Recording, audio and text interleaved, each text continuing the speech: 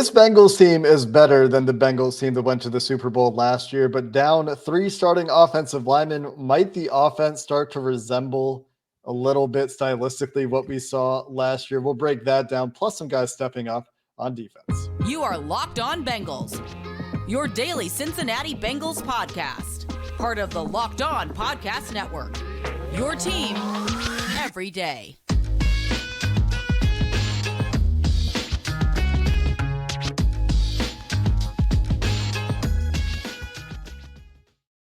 What up, Bengals fans, and welcome to another episode of the Locked On Bengals podcast. I'm your host, Jake Lisco, joined today by Mike Santagata at Bengals_Sands on Twitter, writing for allbengals.com, podcasting at Always Game Day in Cincinnati. Is that right? Do I have that right? Lord, my loyal listener, Jake Lisco, got it right. Yeah. It's Always Game Day in Cincinnati. Always Game Day in Cincinnati, competitor to Locked On Bengals, of course.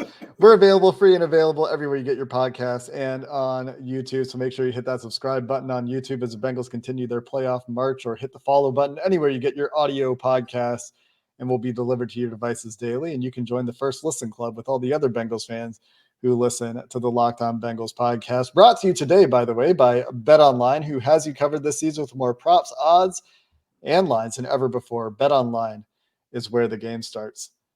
Mike, let's start today with the offensive line. Down 3 of those starters, as I mentioned, and it's starting to show itself, right? Jackson Carman at left tackle, not ideal. Hakeem Adeniji at right tackle, we thought was survivable based on week 18, was not quite as strong in the wild card game. And Max Sharping has a lot of experience, but could have played a little bit better, I think, at right guard as well. This offensive line kind of throwing the Bengals back into 3-step drop back world. What do you think? You charted the game.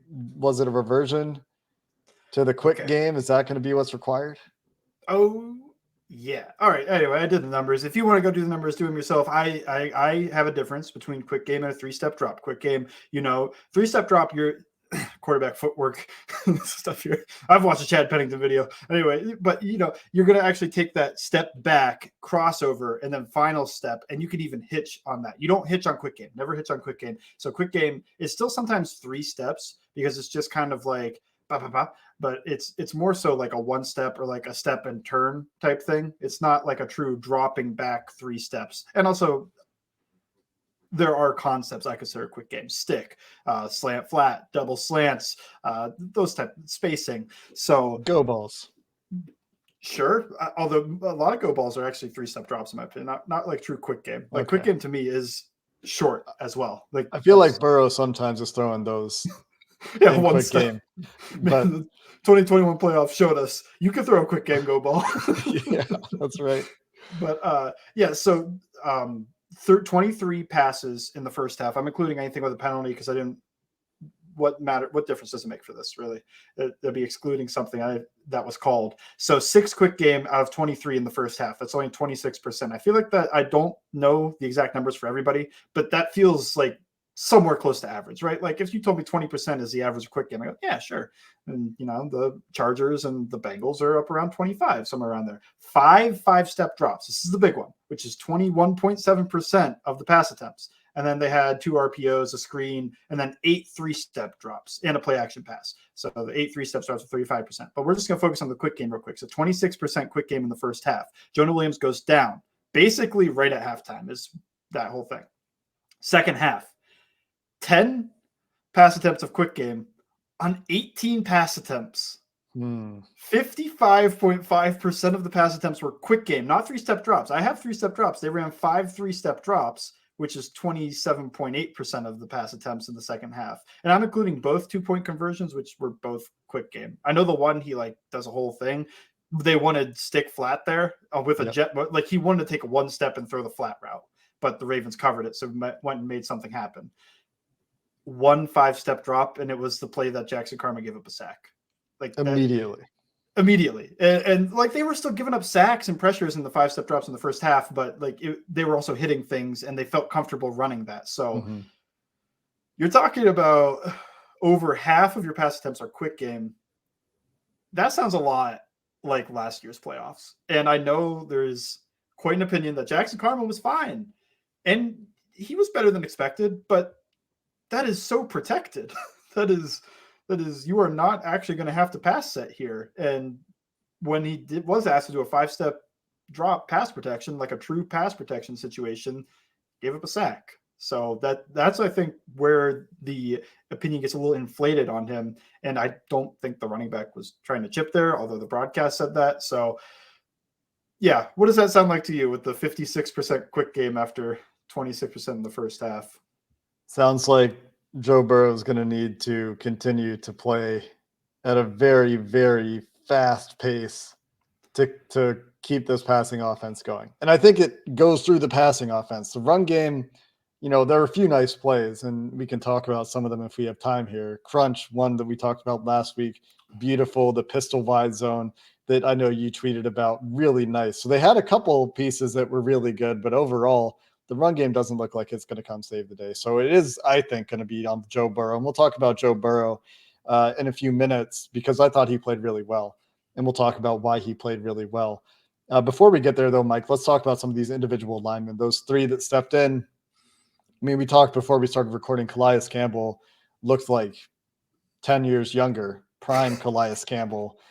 Absolutely dominant in the trenches. The tackles both had issues after Jonah Williams went down. And Jonah Williams had his own issues in this game. Not to absolve him entirely. That's not the point. But he's not likely playing next week. So we're going to focus on Jackson Carman, Hakeem Adeniji, and Max Sharping. How did you think those guys played? What would your assessment be in terms of projecting them for this Bills matchup? Okay. Varying levels of not good. All right. Very good. Next question. No, keep going. But yeah. So Hakeem Adeniji, I feel like you could have some faith in a bounce back, right? Because he played at least fine the past 2 times he was asked to play this year at right tackle. This game was bad. Like, it wasn't good. Let's just call it what it is. But even in the limited plays in that Bills game, he was solid. Like, he didn't allow a single pressure. He was holding his own against their best pass rusher. Like that's what you're hoping for. The issue is now, instead of just one guy, you're like, oh, I hope that guy steps up because he's an unknown. There's 2 more. And whether that's Carman or Prince or whoever is going to play left tackle, or it could be Adeniji with some type of weird flip. But I don't think Sharping played well. I don't think it was, I wouldn't list it as a disaster. I thought it was just a normal level of bad, not good, below average. Whatever you want to use for that. What's the nicest way to Tough say game. Tough game against Calais Campbell. That's right. That's the way I'll frame that. Because the Bills don't have a guy like Calais Campbell. They've got Ed Oliver. They've got they have Daquan Jones, I believe, Yes. who really flashed on a couple plays. They've got just a few guys like that, and like that. That's great. Those are guys, they can flash and they can win reps. Calais Campbell is like, I don't know, I want to say 13, but I'm probably wrong. Year veteran who he's going to dominate guys without experience. And then I know Sharping's had experience, but not like that much. And yeah, he had his way with the entire interior. He was ragdolling people. Like we have the fun reps of Logan Wilson laying out Linderbaum and DJ Reader tackling a running back with Linderbaum. Yeah. But Calais Campbell was doing that to pretty much everybody. Luckily, they won't see an old man strength Calais Campbell next week. Right. These guys are young. They haven't developed that old man strength yet. Yeah, that's right. The one rep where they barely got the first down with P. Ryan. It was like the 3rd play of the game. Yeah. Sharping literally gets thrown aside, and Campbell's the one who makes the tackle, but Sharping comes in and pushes them both over. Great second reaction. Good save. That's a great way to make up for it. And then Carman, I think, is the elephant in the room of, I don't think he played well. I don't think he was the worst lineman on the field, but he was very protected too. Like, if you want to say Adeniji or Sharping were the worst ones on the field, they also had to block those 5 5-step drops in the first half. They had to block more 3-step drops in the first half. That was 8 3-step drops to 5. And that's not even much. That's that ball should be out in 2.5 seconds, but it is more than the quick game, which is out there in like 2 seconds. So they really protected in that second half. It really felt like they kind of turtled up a little bit of like, we can't run the offense anymore. And that just light bulb going off in the head of like, oh, this is exactly how I felt like the Bengals felt in the playoffs last year, where we can't actually run our offense. Like, we have to protect these guys so much. And that doesn't mean you can never push the ball down the field. Obviously you can. 2021 playoffs showed that. And I think this team's better. Like, even with the injuries, I still think this offense is better as a unit because Burrow is a much better quarterback. So what is more well designed, and T and Chase are both better players right now than they were back then. And Hurst can stretch the field a little bit more than Uzama was able to. But when you're looking at just the macro view, the big picture, it feels a lot like it did in 2021 of like, they have to run a quick game and they have to move the pocket and do these things to just make sure that the offensive line won't ruin the game with a 9-sack performance. We'll stay on this topic coming up next, because speaking of 9-sack performances, that's what the Bengals saw in the divisional round last year against Tennessee. And you have stylistically, there's some similarities with the Buffalo front. We'll get into some of that in addition to Joe Burrow's performance and why there's some reason for optimism. It's not all doom and gloom. That's not the takeaway here. We'll get to that next.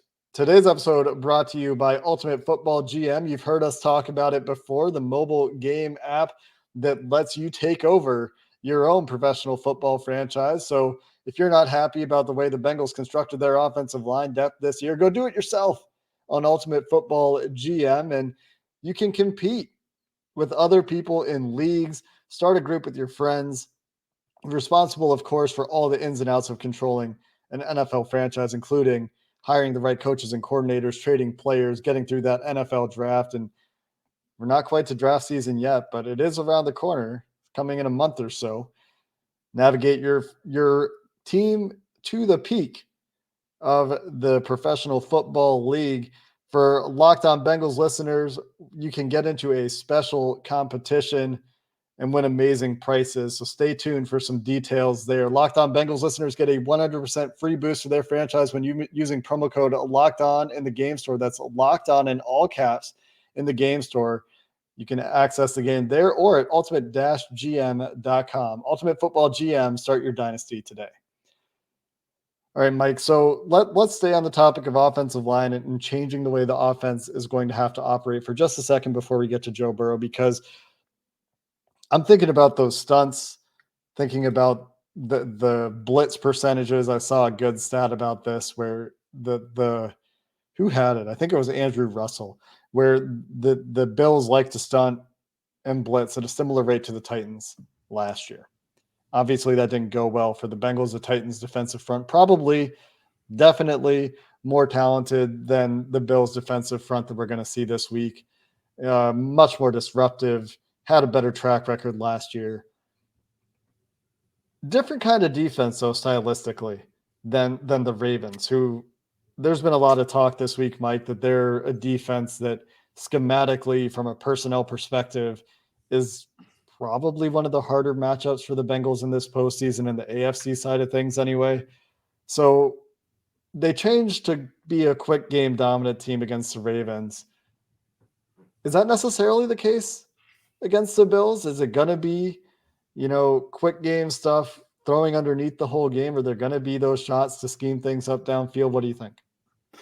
I don't think the Bills front is as imposing as the Ravens front, or really even in the same tier.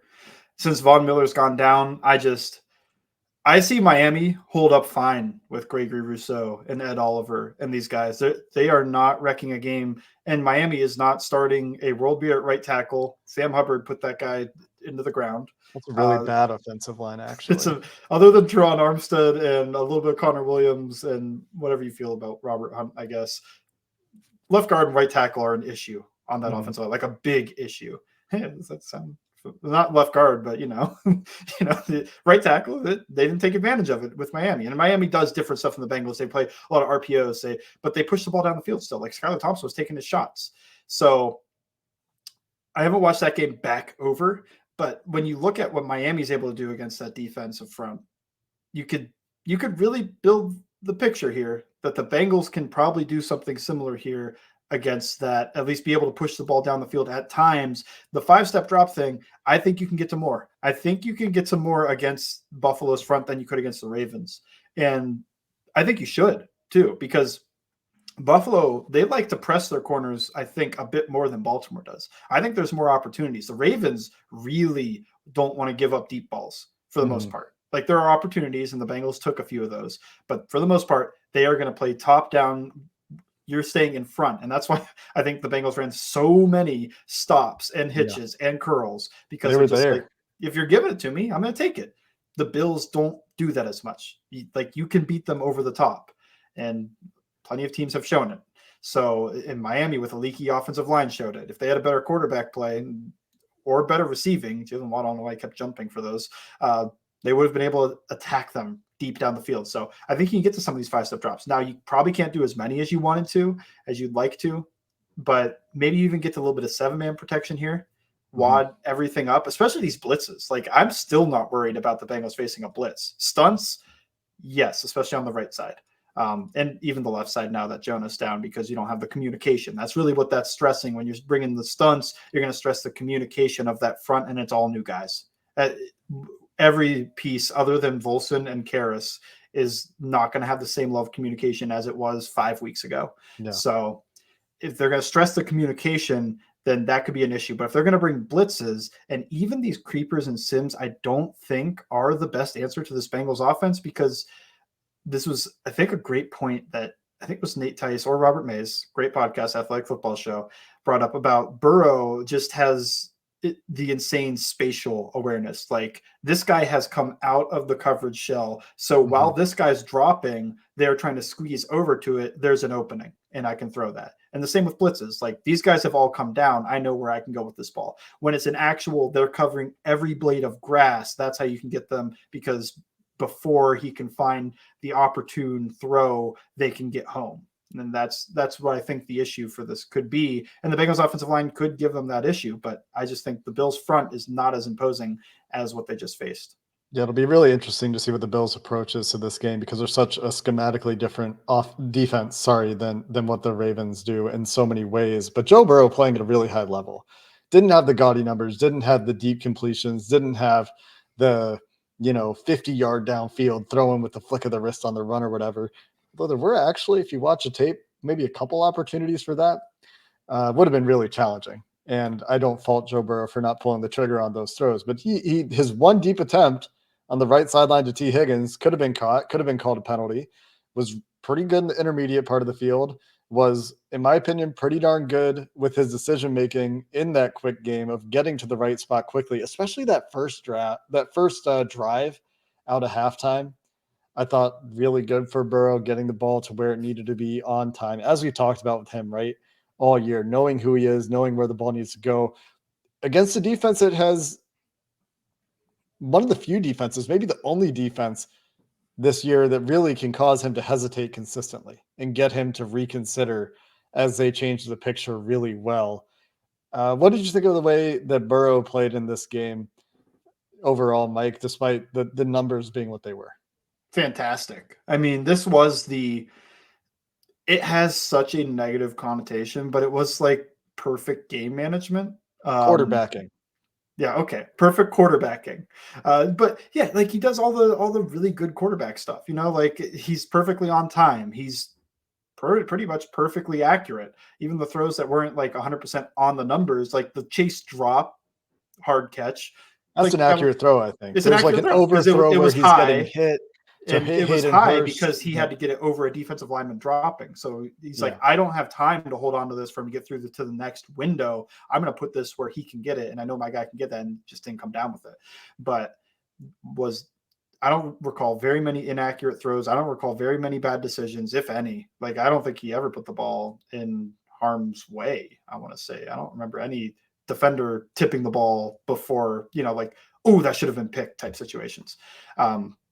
So, like, if you get that level of mind, cerebral quarterback play to go with the ability to actually push that ball down the field, because the offensive line can hold up and you're able to take those shots, then I think you'll get like these A+ Burrow games that he's performed before.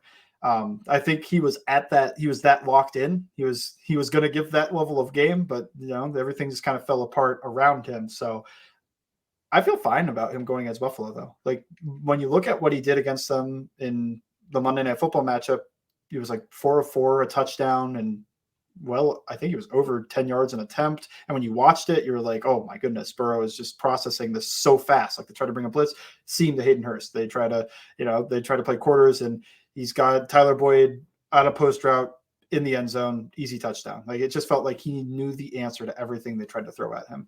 Felt like the Bengals coaching staff had a better feel for how to deal with what Buffalo wanted to do on defense. And it's going to be interesting. Zach Taylor talked about this in his press conference to prepare for this game for both teams, where they both have like this half quarter of tape, which, they showed some things because they're expecting to play a game.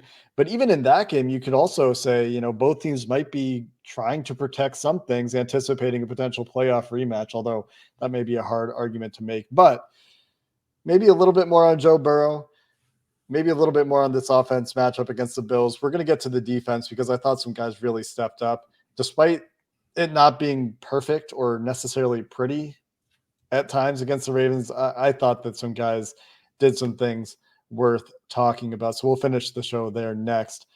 Today's episode of Locked On Bengals brought to you by BetOnline, your number one source for sports betting info, stats, news, and analysis.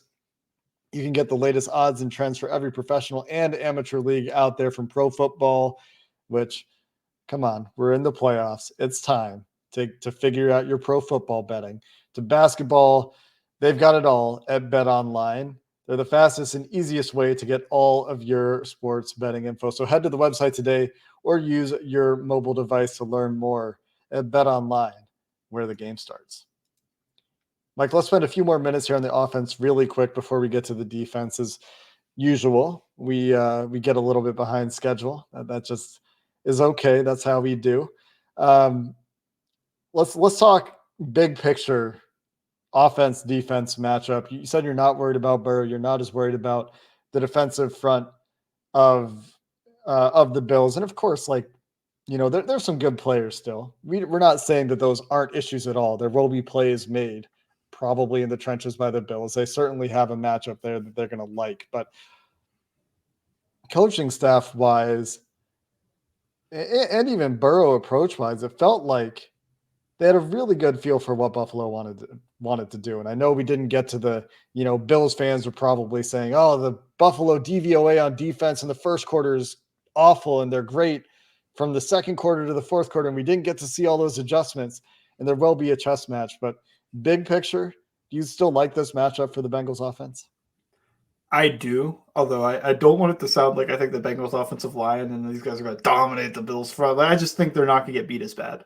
But yeah, I like the Bengals offense in this matchup. I think they can hold up.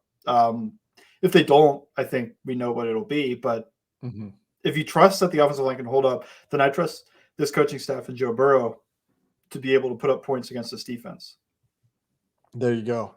On the other side, it's trickier, right? What I've said, and I told you before we started recording all week, every time anyone's asked me about it, which is 2 or 3 times now, this game looks like big picture. You could say it might come down to Josh Allen turnovers, his ball security, which has been suspect all season, versus the Bengals' ability to protect Joe Burrow, because both teams have the potential to be explosive on offense, and both teams have some flaws that can shoot that explosiveness in the foot. When Buffalo has the ball, though, the Bengals defense, while it wasn't great, started to get, they got the big game-winning play that they needed, right, when they needed it, which is somehow this team's calling card, even if that's not something that's necessarily predictable or sustainable. But I was really impressed with the defensive depth. The defensive line depth in particular. Akeem Davis-Gaither obviously comes off the bench and has a huge pick in this game as well.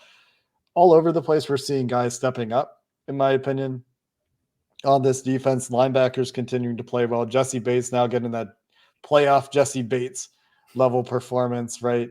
What were the big takeaways for you from the defense? And I guess when I ask that, I'm thinking about insofar as they impact how you feel about the matchup with Buffalo. Yeah, so I don't think the Bills will be able to even really They have a fullback and whatever. I don't think they're even going to really be able to attempt to scheme Mike Hilton off the field the same way the Ravens were able to be a little bit successful with that in the first half, because they got the Bengals to think and put Dax Hill on the field to cover a tight end, because they're thinking of the length and the height and the matchup there. They don't want the 5'9" corner on him, and they're thinking about, in base, we want to get the extra linebacker, extra defensive lineman on the field. But in the second half, it felt so much more like we're going to match this one with Mike Hilton on the field because that's one of our best players. And let's get him out there. Just reminded me of the great. Remember the Titans where they pulled Ryan Gosling off the field and sent out P.D. Jones from Scrubs, the running back. But it's just like, yeah, we got to pull you off. We're putting P.D. in there because that was back because they went spread or whatever. But we're sending PD out. That's Mike Hilton to me. Like, that's PD. We're sending PD out there, and then it just completely changed the defense. Like, the defense went from, I wouldn't say a bad first half. They were getting long drives and they got the pick. But other than that, it was like long drives, touchdown, field goal. They gave up a long drive, and then they got the huge fumble recovery for a touchdown on that. They gave up, but they're forcing punts. There were no punts in that first half. So they were able to actually get the Ravens offense off the field. That's just such a big one. And Mike Hilton was a big reason. They were trying a bunch of different blitzes and stuff in that first half. And then they brought in Mike Hilton to run those same blitzes, and he gets a TFL, and he gets a sack that basically kills a drive because they run the ball on 2nd and 20. Get this on the Mike Hilton splits: 27 snaps, 33% of those, 9 of them pass rushing snaps, according to PFF charting. Talking about trying to find a way to get him onto the field and using him creatively. That's an on-the-fly adaptation for this Bengals defensive coaching staff. And another big one that was pointed out by the announcers is Cam Sample getting additional reps for Trey Hendrickson. He actually outsnapped Trey Hendrickson in this game, which I hope is nothing to do with Trey Hendrickson's health. That is a fear. He did continue to play. He didn't leave the game entirely or anything. So it could have certainly been a matchup thing. And he held up really well. Cam Sample and Zach Carter with this late season emergence. Tell me about these young guys on the defensive line. They're awesome. I mean, not only the Bengals got very creative in the second half, because it wasn't just Cam Sample replacing Hendrickson at times. They also put BJ Hill on the edge and had basically bringing back the Hill package, who, by the way, played 60 out of 69 snaps on the defensive line. Yeah, because they need him on edge sometimes. So it's like him going to the bench turned into him going out wide and not having to take on double teams. Just, take a single team. You're fine with this one. You don't got to rush the passer. So yeah, he was awesome too. And Cam Sample, this was almost like a breakout game for him to me. I mean, he was just beating all these blocks in the run game, and that kind of plays into his strength a little bit. I think he's a little bit more of a run defender than he is a pass rusher, more of the Sam Hubbard mold than the Trey Hendrickson mold. But they needed 2 Sam Hubbards out there, because the Ravens, Trey Hendrickson's awesome. He's one of the best pass rushers in the NFL. He is not the best run defender. And it's just, he doesn't feel the double team coming. He can get sealed off. Cam Sample gave way more of a fight. He had 1 rep where the Ravens, because they have Tyler Linderbaum, so of course they can do this, they run center tackle power or counter, center tackle counter. So the center tries to kick out the end, and the tackle's going to try to wrap through and get to the linebackers. Cam Sample not only destroys the Tyler Linderbaum kick out, he makes the tackle on it. Like, they tried to kick him out, and he throws Linderbaum aside and makes the tackle, or at least it's the first one there. He wasn't just piling on. Like, he was first contact on a tackle, not for a loss, because the Bengals defense gets a lot of 0-yard gains and not a lot of these losses, but just awesome. That was way up there in my mind of these defensive linemen performing. And then, Zach Carter's having his breakout past couple games. He was getting over top of reach blocks. It feels like the game's slowing down for Carter. I think Sample has kind of had that, but for Carter early on, it felt like the game's just moving fast. And that's just, SEC football is as close to NFL as you can get in college, but that is not the NFL, and it's different offenses, everything. Zach Carter, it just feels like the game's slowing down because he can feel the double teams coming. He did the DJ Reader drop to a knee to anchor on a play and absorb that double team. He is getting over top of reach blocks and making stops. He made, I think, 5 tackles in the game, and 3 of them were for 2 yards or less. Pretty incredible. Pretty great game. for Cam Sample. He's credited with, let's see, where did it go?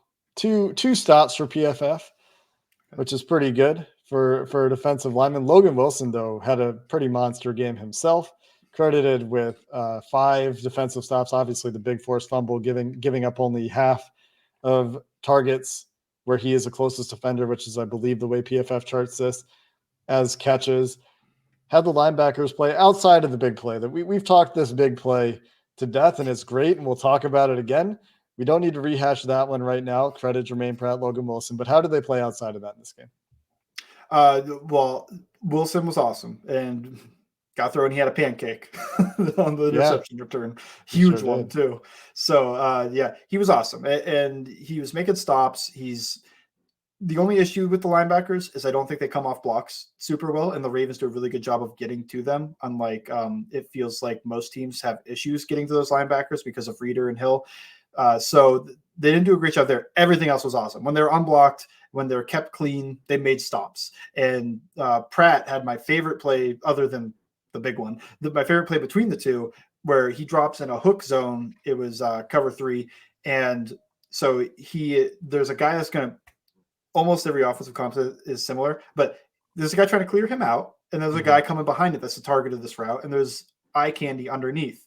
So they want to put him in a bind, like run with that guy or take the underneath so we can hit this. And it was at the end of the game. This was the play he made the big diving tip on. But everything before the tip is just as cool as the jumping tip, because he gets in the window of the clear out and then falls off of that back into the window. It was a deep in route, gets in the window of the deep in route, and then the ball's still thrown there because Huntley thinks linebacker's going to clear out. Let me hit the vacated space. Doesn't vacate the space, gets up there and makes an awesome play on the ball.